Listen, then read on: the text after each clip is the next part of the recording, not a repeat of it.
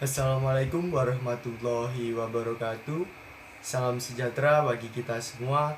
Om Swastiastu, Namo Buddhaya, salam kebajikan. Kami dari kelompok 6 mata kuliah Etika Bisnis dan Profesi kelas A Akuntansi Perpajakan Universitas Diponegoro. Kami akan membawakan materi yang sebelumnya kita sudah diskusikan terlebih dahulu, yaitu materi tentang Good Corporate Governance. Ada pepatah mengatakan tak kenal maka tak sayang. Maka izinkan saya selaku perwakilan dari kelompok 6 untuk memperkenalkan anggota dari kelompok 6. Yang pertama ada Dina Mutia Hasibuan dengan NIM terakhir 002. Lalu yang kedua ada saya sendiri Hasolhab dengan NIM akhir 106. Lalu yang ketiga ada Dea Artamevia dengan NIM akhir 087. Lalu yang keempat ada Nabila Yasmin dengan NIM akhir 063. Lalu yang kelima ada Anissa Nurul dengan NIM akhir 031. Pengertian GCG atau Good Corporate Governance. Sampai saat ini masih belum ada definisi baku yang dapat disepakati oleh semua pihak. Istilah Corporate Governance pertama kali diperkenalkan oleh Cadbury Commit di Inggris pada tahun 1922 yang menggunakan istilah tersebut dalam laporannya yang kemudian dikenal sebagai Cadbury Report. Istilah ini sekarang menjadi sangat populer dan telah diberi banyak definisi oleh berbagai pihak. Dalam arti ini ada definisi sempit dan definisi luas. Yang pertama ada definisi sempit. Kita bisa mengambil dari beberapa sumber untuk dijadikan acuan. Kita memilih sumber dari Organization for Economic Cooperation and Development atau yang disingkat OECD, yang mendefinisikan GCG sebagai suatu struktur yang terdiri atas para pemegang saham, direktur, manajer, seperangkat tujuan yang ingin dicapai perusahaan, dan alat-alat yang akan digunakan dalam mencapai tujuan dan memantau kinerja. Lalu selanjutnya ada pengertian arti luas. Sama, ada beberapa sumber yang bisa kita jadikan acuan. Yang pertama ada dari Cadbury Commit of United Kingdom yang menjelaskan CGC adalah seperangkat peraturan yang mengatur hubungan antara pemegang saham, pengurus, pengelola perusahaan, pihak kreditur, pemerintah, karyawan, serta para pemegang kepentingan internal dan eksternal lainnya yang berkaitan dengan hak-hak dan kewajiban mereka. Atau dengan kata lain, suatu sistem yang mengarahkan dan mengendalikan perusahaan. Nah, itu tadi menurut Cadbury Commit of United Kingdom. Yang kedua ada menurut Sukrisno Agus yang mendefinisikan CGC sebagai tata kelola perusahaan yang baik, sebagai suatu sistem yang mengatur hubungan peran dewan komisaris, peran direksi, pemegang saham, dan pemangku kepentingan lainnya. Tata kelola perusahaan yang baik juga disebut sebagai suatu proses yang transparan atas penentuan tujuan perusahaan, penyampaian, dan penilaian kinerjanya. Lalu yang ketiga ada sumber dari Wahyudi Prakarsa yang mendefinisikan GCG sebagai mekanisme administratif yang mengatur hubungan-hubungan antara manajemen perusahaan, komisaris, direksi, pemegang saham, dan kelompok-kelompok kepentingan atau stakeholders yang lain. Hubungan-hubungan ini dimanifestasikan dalam bentuk aturan permainan dan sistem insentif sebagai kerangka kerja atau bisa kita sebut framework yang diperlukan untuk mencapai tujuan-tujuan perusahaan dan cara pencapaian tujuan-tujuan serta pemantauan kerja yang dihasilkan. Nah, itu tadi pengertian dalam arti luas. Nah, gambar di atas ada tujuan corporate governance, yaitu untuk mengatur hubungan-hubungan dan mencegah terjadinya kesalahan-kesalahan signifikan dalam strategi korporasi dan untuk memastikan bahwa kesalahan-kesalahan yang terjadi di PT bisa diperbaiki segera. Lalu di situ ada gambar yang menjelaskan corporate governance dalam perspektif. Nah, di situ ada CGC dalam arti luas, yaitu ada pemerintah, kreditur, pemasok, pelanggan, masyarakat, dan kelompok lainnya. Lalu di situ ada gambar CGC dalam arti sempit yang terdiri atas RUPS, Dewan Komisaris, dan Dewan Direksi.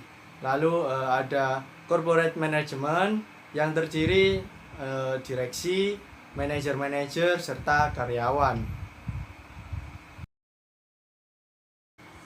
Nah, selanjutnya ada konsep dari CGC. Ada 4 konsep. Yang pertama adalah wadah. Di sini wadah berarti wadah untuk organisasi, perusahaan, sosial, atau pemerintahan. Yang kedua sebagai model, yang berarti suatu sistem, proses, dan seperangkat peraturan termasuk prinsip-prinsip serta nilai-nilai yang melandasi praktik bisnis yang sehat.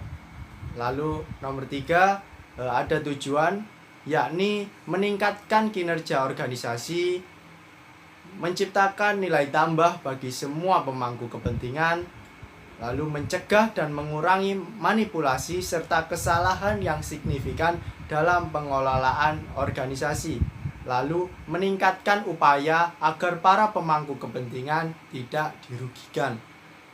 Yang nomor 4 ada mekanisme yang mengatur dan mempertegas kembali hubungan peran, wewenang, dan tanggung jawab, yakni dalam arti sempit ada pemilik, pemegang saham, dewan komisaris, dan dewan direksi. Dalam arti luas yaitu berarti seluruh pemangku kepentingan. Sebelum membahas lebih lanjut mengenai GCG, saya akan memaparkan latar belakang munculnya GCG. Mulai populernya istilah tata kelola perusahaan yang baik, atau lebih dikenal dengan istilah Good Corporate Governance atau yang disingkat GCG, tidak dapat dilepaskan dari maraknya skandal perusahaan yang menimpa perusahaan-perusahaan besar, baik yang ada di Indonesia maupun di Amerika Serikat. Kemudian, menjelang akhir abad ke-20, mulai diterapkannya sistem ekonomi kapitalis, di mana sistem ini membuat beberapa perusahaan muncul sebagai perusahaan swasta raksasa yang aktivitas dan kekuasaannya melebihi batas-batas suatu negara. Para pemilik dan pengelola kelompok perusahaan-perusahaan raksasa ini bahkan mampu mempengaruhi dan mengarahkan berbagai kebijakan yang diambil oleh para pemimpin politik suatu negara untuk kepentingan kelompok perusahaan mereka dengan kekuatan uang perusahaan mereka. Akibat dari praktik bisnis yang tidak etis ini, terjadilah krisis ekonomi yang menimpa beberapa negara, seperti negara Indonesia, Thailand, Korea Selatan, dan negara lainnya. Beberapa perusahaan besar di Indonesia bermasalah dan bahkan tidak mampu lagi untuk meneruskan kegiatan usahanya akibat menjalankan praktik tata kelola perusahaan yang buruk atau biasa disebut dengan bad corporate governance. Contohnya adalah PT Indorayon, yaitu sebuah perusahaan pabrik kertas di Sumatera Utara, PT Dirgantara Indonesia, sebuah pabrik pesawat terbang yang berpusat di Bandung, dan juga perusahaan-perusahaan yang lainnya. Selain itu, timbulnya krisis ekonomi juga disebabkan oleh tata kelola pemerintahan yang buruk atau sering disebut dengan bad government governance, sehingga memberi peluang besar timbulnya praktik korupsi, kolusi, dan juga nepotisme. Hal ini dapat ditunjukkan dari beberapa fakta berikut, yaitu yang pertama, Munculnya para spekulan mata uang untuk mempermainkan valuta asing karena tidak adanya sifat kendali yang efektif. Yang kedua, mudahnya para konglomerat memperoleh dana pinjaman dari perbankan. Yang ketiga, banyaknya direksi di BUMN. Yang keempat, pada saat timbul krisis moneter, Bank Indonesia mengucurkan dana berupa bantuan likuiditas yang mencapai triliunan rupiah. Di samping itu, kasus manipulasi dan kebangkrutan perusahaan ini tidak hanya terjadi di Indonesia, tetapi di Amerika Serikat juga. Seperti perusahaan Enron, Adelphia, Global Crossing, dan perusahaan-perusahaan lainnya. Akibat berbagai praktik tata kelola perusahaan yang buruk, akhirnya pemerintah Amerika Serikat bertindak cepat untuk mengeluarkan undang-undang yang terkenal dengan nama Sarbanes-Oxley Act of 2002. Undang-undang ini berisi penataan kembali akuntansi perusahaan publik, tata kelola perusahaan, dan perlindungan terhadap investor. Oleh karena itu, undang-undang ini menjadi acuan awal dalam menjabarkan dan menegakkan GCG, baik di Amerika Serikat maupun di Indonesia.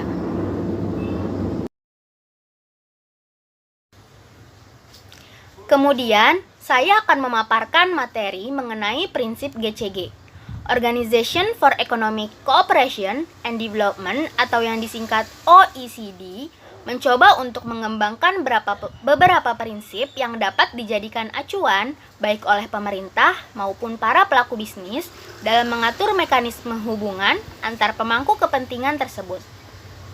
Prinsip-prinsip tersebut yaitu yang pertama, perlakuan yang setara atau fairness.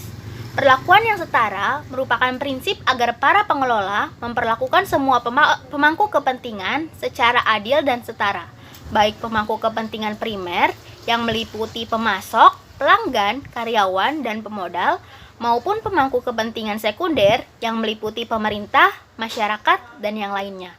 Kemudian prinsip yang kedua yaitu prinsip transparansi. Prinsip transparansi sering disebut juga prinsip keterbukaan, yang artinya adalah kewajiban para pengelola untuk menjalankan prinsip keterbukaan dalam proses keputusan dan penyampaian informasi. Keterbukaan dalam menyampaikan informasi tersebut harus disampaikan secara lengkap, benar, dan tepat waktu kepada semua pemangku kepentingan. Untuk prinsip yang ketiga yaitu prinsip akuntabilitas. Prinsip akuntabilitas adalah prinsip di mana para pengelola berkewajiban untuk membina sistem akuntansi yang efektif untuk menghasilkan laporan keuangan yang dapat dipercaya. Untuk itu, diperlukan kejelasan fungsi, pelaksanaan, dan pertanggungjawaban setiap organ sehingga pengelolaan berjalan efektif. Keempat, yaitu prinsip responsibilitas atau lebih sering disebut prinsip tanggung jawab. Prinsip tanggung jawab adalah prinsip di mana para pengelola wajib memberikan pertanggungjawaban atas semua tindakan dalam mengelola perusahaan kepada para pemangku kepentingan sebagai wujud kepercayaan yang diberikan kepadanya. Tanggung jawab itu sendiri terbagi menjadi 5 dimensi, yaitu yang pertama adalah ekonomi, hukum, moral, sosial, dan spiritual. Untuk prinsip yang kelima yaitu prinsip kemandirian, yaitu prinsip di mana dalam suatu waktu, para pengelola harus mengambil keputusan yang bersifat profesional, mandiri, bebas dari konflik kepentingan, dan bebas dari tekanan atau pengaruh dari manapun yang bertentangan dengan perundang-undangan yang berlaku, dan prinsip pengelolaan yang sehat. Selanjutnya, saya akan memaparkan materi mengenai manfaat dari GCG. Penerapan konsep GCG merupakan salah satu upaya untuk memulihkan kepercayaan para investor dan institusi terkait di pasar modal. Indra Surya dan Ivan Yustiavandana pada tahun 2007 mengatakan bahwa tujuan dan manfaat dari penerapan GCG adalah 1. Memudahkan akses terhadap investasi domestik maupun asing. Yang kedua, mendapatkan biaya modal atau cost of capital yang lebih murah. Yang ketiga, memberikan keputusan yang lebih baik dalam meningkatkan kinerja ekonomi perusahaan. Yang keempat, meningkatkan keyakinan dan kepercayaan dari para pemangku kepentingan terhadap perusahaan. Dan yang terakhir yaitu melindungi direksi dan komisaris dari tuntutan hukum. Baik, selanjutnya saya akan membahas mengenai GCG atau Good Corporate Governance dan hukum perseroan di Indonesia dengan cakupan bahasan materi yang meliputi pengertian perseroan, hukum perseroan, wewenang RUPS, direksi dan dewan komisaris, dan yang keempat ada sistem hukum direksi dan komisaris.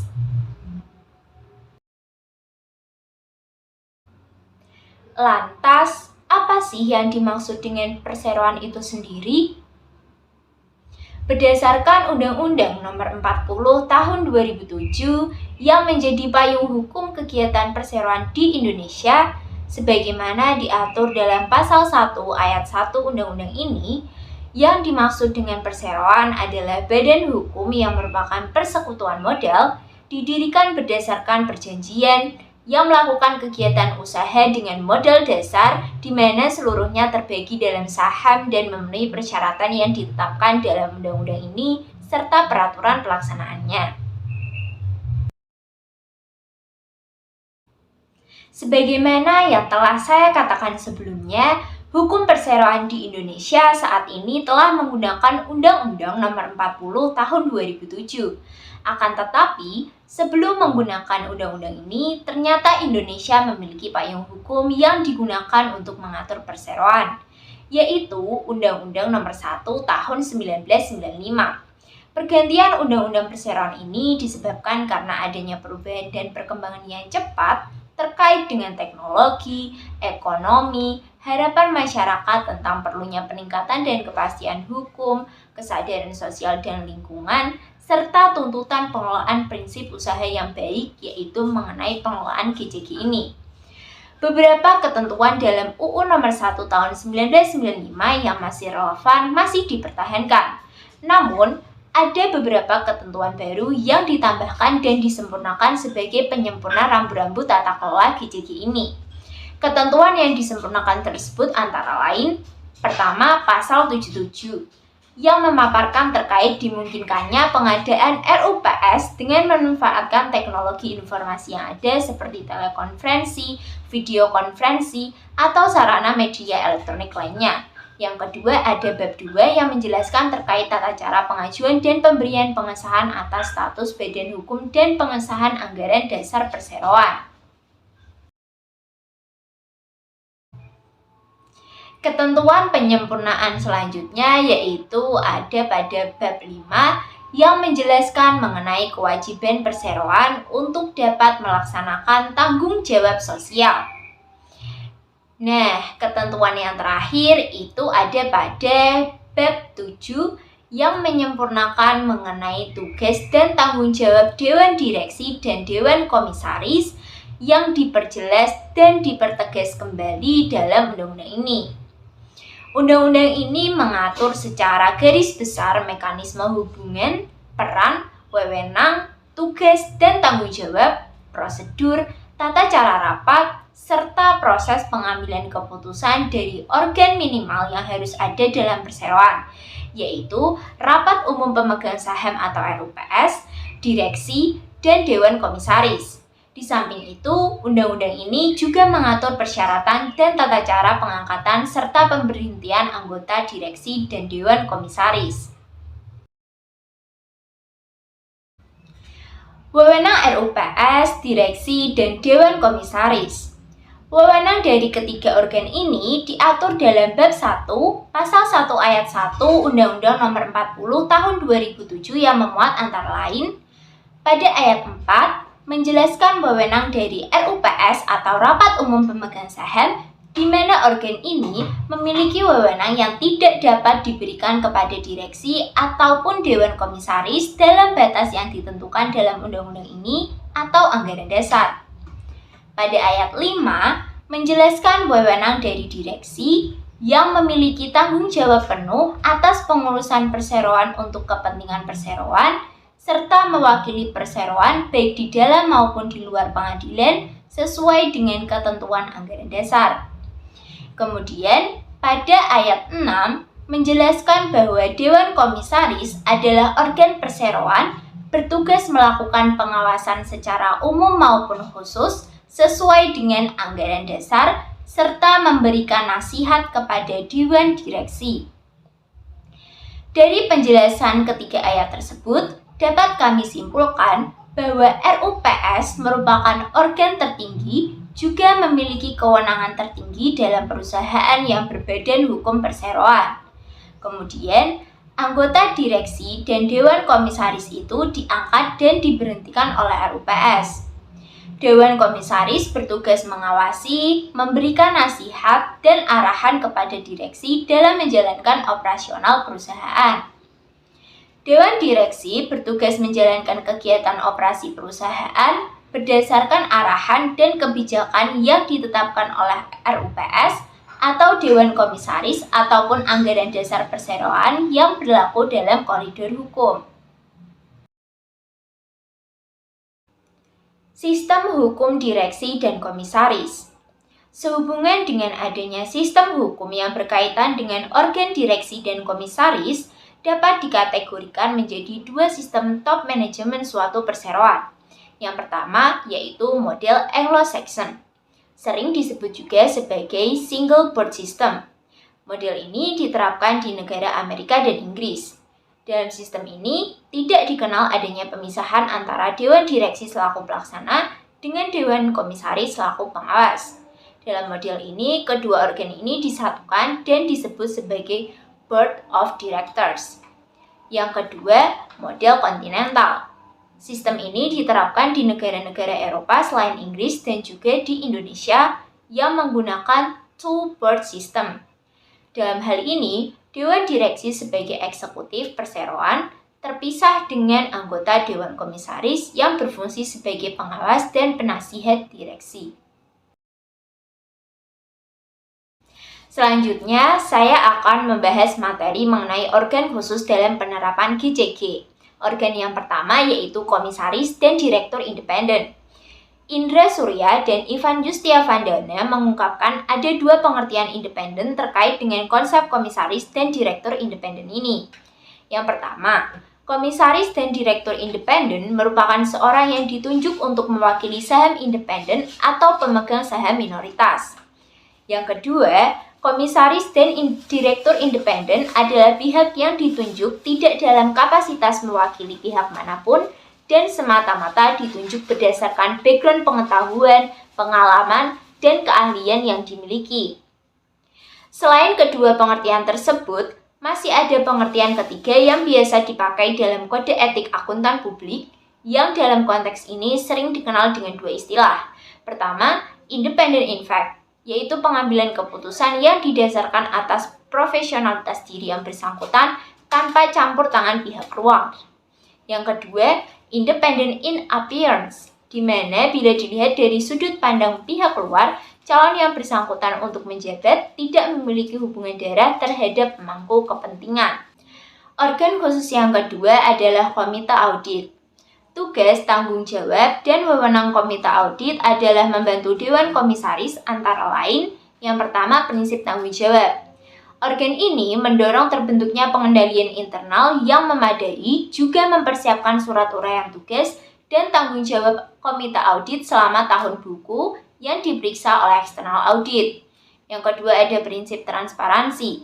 Organ ini bertugas meningkatkan transparansi laporan keuangan. Dan yang terakhir ada prinsip akuntabilitas, di mana organ ini bertanggung jawab mengkaji audit eksternal meliputi ketepatan, kewajaran biaya, kemandirian, dan objektivitas.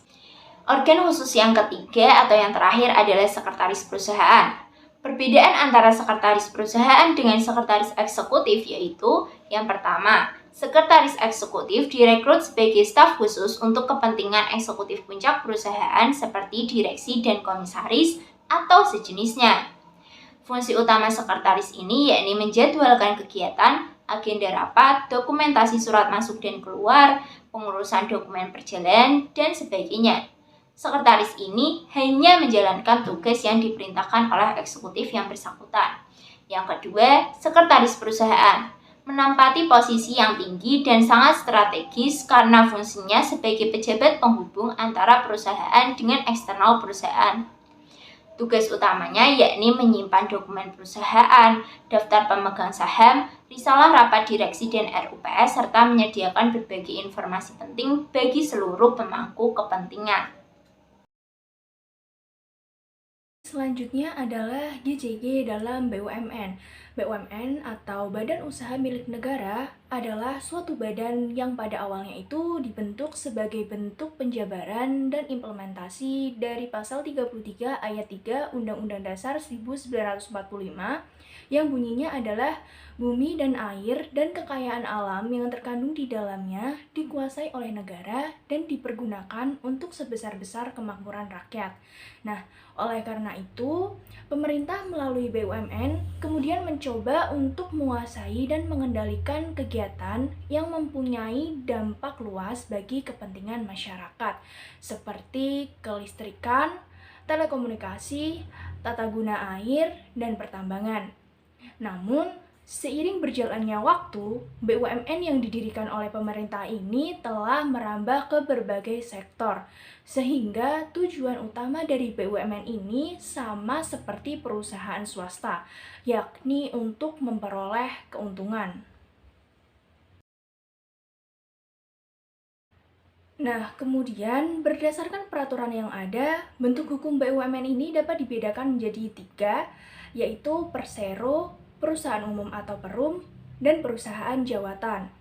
Nah, yang pertama itu adalah persero. Nah, persero ini adalah perusahaan di mana modal perusahaannya ini terdiri atas saham-saham dan tujuan utamanya ini adalah untuk memperoleh keuntungan. Nah, pada perusahaan persero milik BUMN ini, seluruh modal saham atau sebagian besar modal saham ini dimiliki oleh negara. Sedangkan pada PT swasta, seluruh saham atau sebagian besar saham ini dimiliki oleh individu atau lembaga swasta tersebut. Nah, kemudian yang kedua itu kan ada perusahaan umum. Nah, perusahaan umum ini merupakan perusahaan negara yang modalnya itu berupa setoran modal pemerintah. Dan tujuannya itu tidak semata-mata untuk memperoleh keuntungan, melainkan untuk tujuan sosial. Nah, contoh dari perusahaan umum ini adalah Perumnas dan Perumbulok, di mana Perumnas merupakan perusahaan yang menyediakan perumahan bagi rakyat dengan memperhatikan daya beli dan kemampuan dari masyarakat itu sendiri. Sehingga biasanya Perumnas ini itu menyediakan rumah subsidi. Nah, sedangkan Perumbulok ini adalah perusahaan penyedia, pendistribusi, dan pengendali harga kebutuhan pokok seperti beras dan minyak. Nah, selanjutnya yang terakhir itu ada perusahaan jawatan atau perjan. Nah, perusahaan jawatan ini merupakan perusahaan yang modalnya itu disisihkan dari APBN dan dikelola oleh Departemen Teknis Pemerintah. Contoh dari perusahaan ini adalah PJKA atau Perusahaan Jawatan Kereta Api. Namun sekarang status dari PJKA sendiri telah berubah menjadi persero.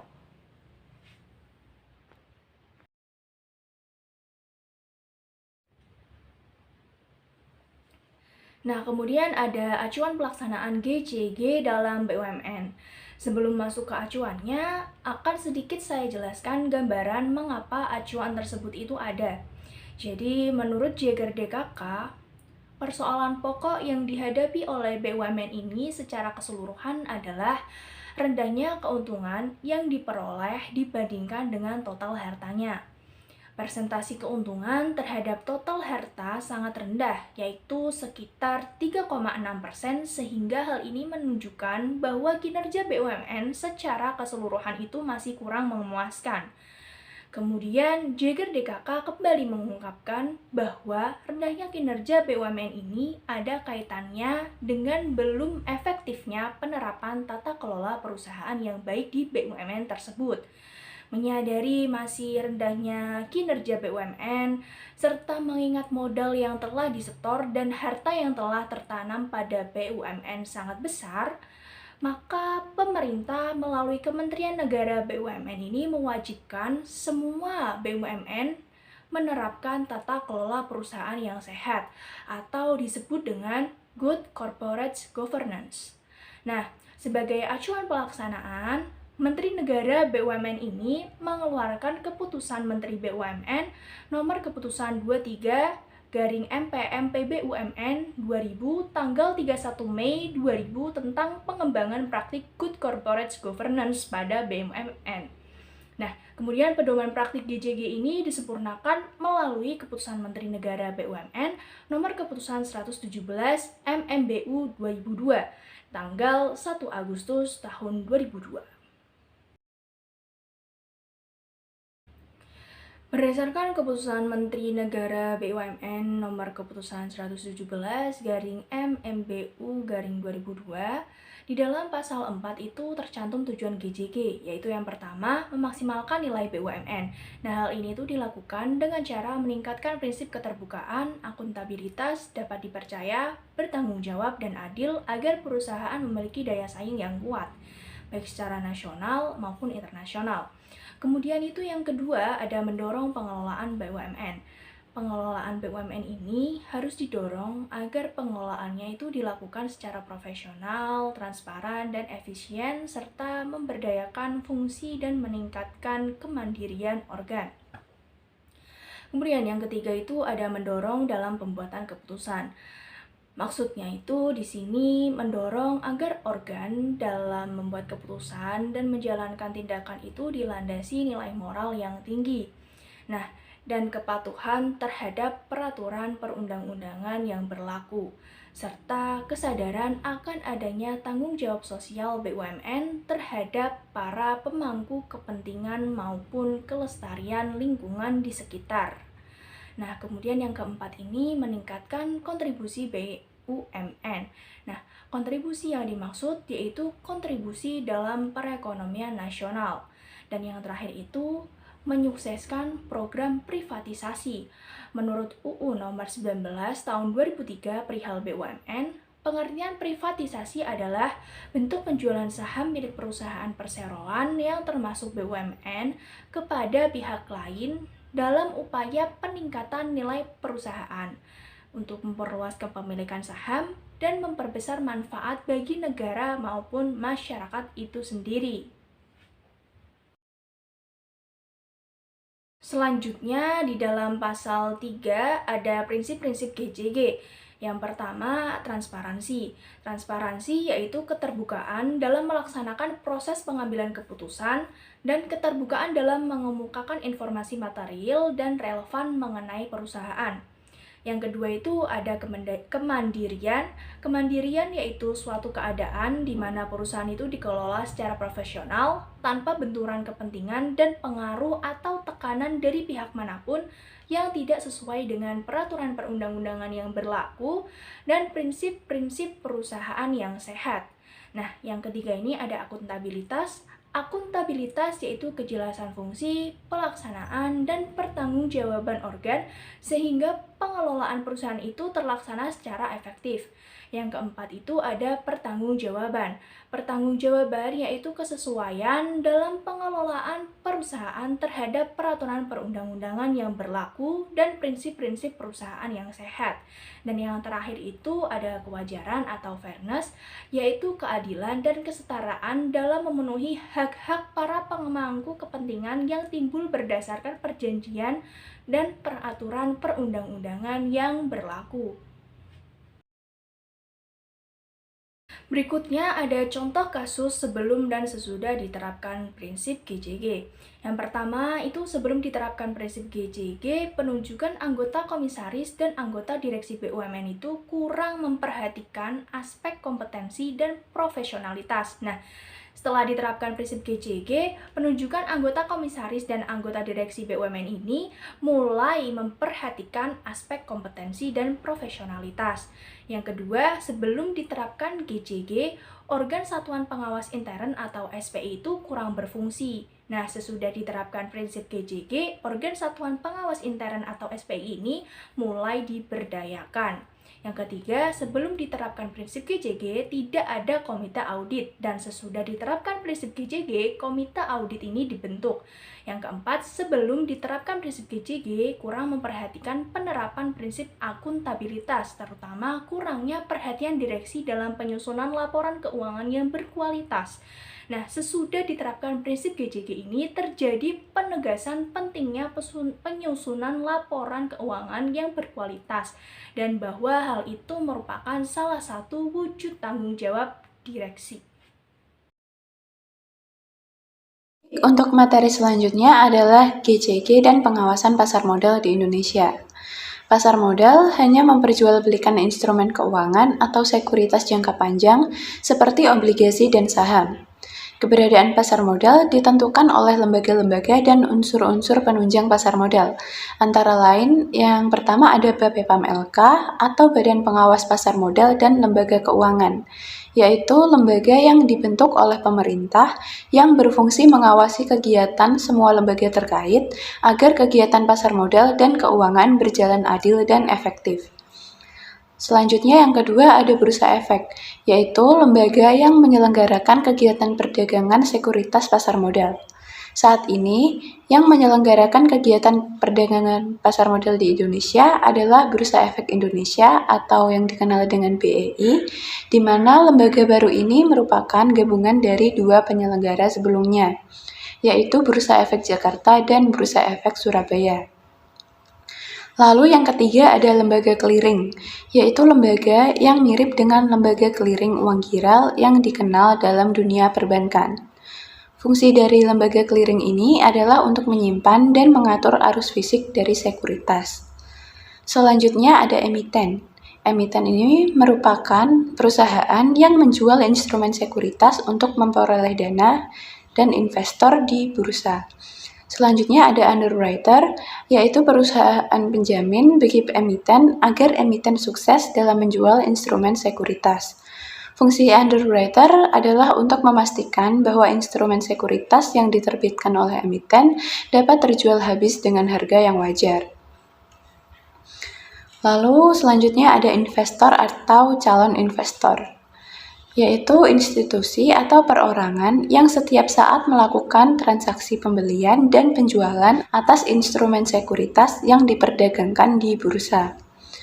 Selanjutnya ada akuntan publik, yaitu lembaga yang mengatur audit atas kewajaran laporan keuangan emiten dan memberikan opini audit atas kewajaran laporan keuangan emiten yang diperiksanya. Lalu ada notaris, yaitu lembaga hukum yang memberikan dasar keabsahan secara legal dari berbagai peristiwa atau kegiatan penting di dalam perusahaan. Selanjutnya ada konsultan hukum, yaitu lembaga yang diperlukan emiten untuk memeriksa dan memastikan bahwa emiten yang akan menerbitkan instrumen sekuritas ini tidak memiliki sengketa hukum dengan pihak lain. Lalu yang terakhir ada konsultan keuangan, yaitu lembaga yang dapat diminta jasanya oleh emiten untuk memberikan nasihat di bidang keuangan sebelum menerbitkan suatu instrumen sekuritas. Materi selanjutnya terkait peraturan yang berhubungan dengan GCG.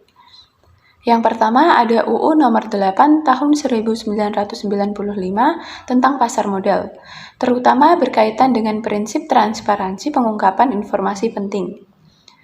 Yang kedua ada peraturan BAPEPAM nomor 9D1 tentang hak memesan efek terlebih dahulu, terutama menyangkut prinsip keadilan antar investor.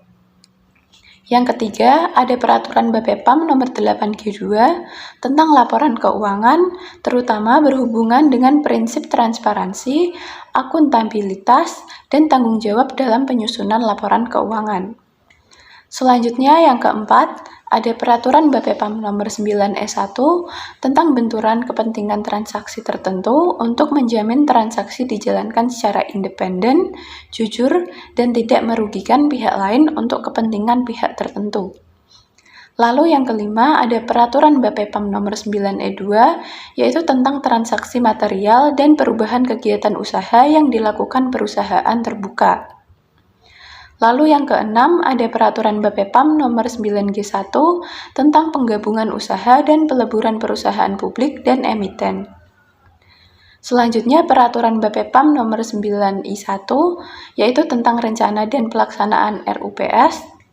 Peraturan BAPEPAM nomor 9C1 yaitu tentang pokok-pokok anggaran dasar perseroan yang melakukan penawaran umum efek bersifat ekuitas dan perusahaan publik.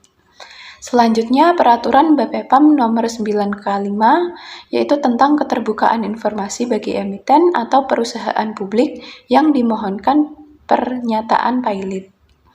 Dan yang terakhir, ada peraturan BPPAM nomor 9 keempat tentang pembentukan sekretariat perusahaan. Materi selanjutnya, GCG perbankan di Indonesia. Seperti yang telah diketahui, krisis ekonomi di Indonesia yang terjadi menjelang akhir abad ke-20 diawali oleh krisis moneter yang menimpa dunia perbankan Indonesia. Hal ini menunjukkan bahwa tata kelola perbankan di Indonesia masih sangat lemah.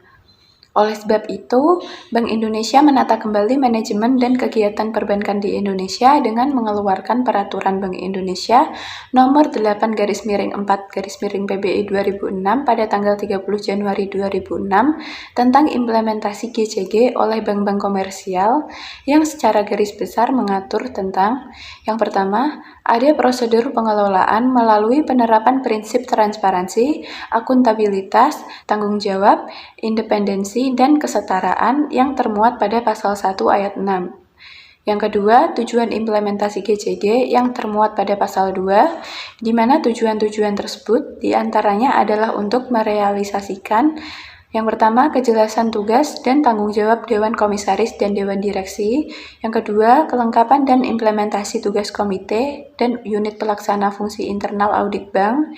Yang ketiga, kinerja ketaatan, fungsi auditor internal dan eksternal. Yang keempat, implementasi manajemen risiko, termasuk sistem pengendalian internal. Yang kelima, ketentuan dana pihak-pihak terkait dan dana dalam jumlah besar. Yang keenam, rencana strategi bank. Dan yang ketujuh, transparansi kondisi keuangan dan non-keuangan. Selanjutnya, mengatur mengenai jumlah komposisi kriteria dan independensi Dewan Komisaris yang termuat dalam bab 2 pasal 4-18. Yang keempat, tentang jumlah komposisi kriteria dan independensi Dewan Direksi yang termuat pada bab 3 pasal 19-37. Yang kelima, mengenai komite yang termuat pada bab 4 pasal 38-48. Selanjutnya yang keenam mengenai ketaatan fungsi auditor eksternal dan internal termuat pada bab 5 pasal 49-52. Yang ketujuh, implementasi manajemen risiko termuat pada bab 6 dalam pasal 53. Selanjutnya yang ke-8 tentang ketentuan dana yang termuat pada bab 7 pasal 54-55. Yang ke-9 tentang rencana strategis bank yang termuat pada bab 8 pasal 56. Kemudian ada aspek transparansi kondisi bank yang termuat pada bab 9 pasal 57-58. Lalu ada konflik kepentingan dan pelaporan internal yang termuat pada bab 10, pasal 59 hingga 60. Laporan dan asesmen implementasi GCG termuat pada bab 11, pasal 61 hingga 66. Implementasi GCG di cabang luar negeri pada bab 12, pasal 67 hingga 68. Sanksi-sanksi pada bab 13 pasal 69 hingga 75, ketentuan peralihan dalam bab 14 pasal 76 hingga 77, dan yang terakhir tentang ketentuan penutup yang termuat dalam bab 15 pasal 78. Nah, kita dari kelompok 6 ingin memberi motivasi nih kepada teman-teman. Motivasinya kita ambil dari Lemony Snicket yang berbunyi, kalau mau menunggu sampai kita siap, kita akan menghabiskan sisa hidup kita hanya untuk menunggu. Yang bisa kita tarik kesimpulan, jangan sia-siakan waktu di dalam hidup kita. Kalau kita sudah siap untuk melakukan sesuatu, janganlah menunda-nunda. Janganlah kita menunggu, karena waktu di dalam hidup kita sangatlah berharga. Nah, udah gak kerasa nih, udah berada di penghujung video. Kami ucapkan terima kasih banyak kepada semua yang mau menonton video kami. Kami harap teman-teman semua bisa menerima informasi yang sudah kami berikan. Saya perwakilan dari kelompok 6 ingin meminta maaf apabila ada salah kata dan sebagainya. Kami dari kelompok 6 pamit undur diri. Sekian dan terima kasih. Wassalamualaikum warahmatullahi wabarakatuh.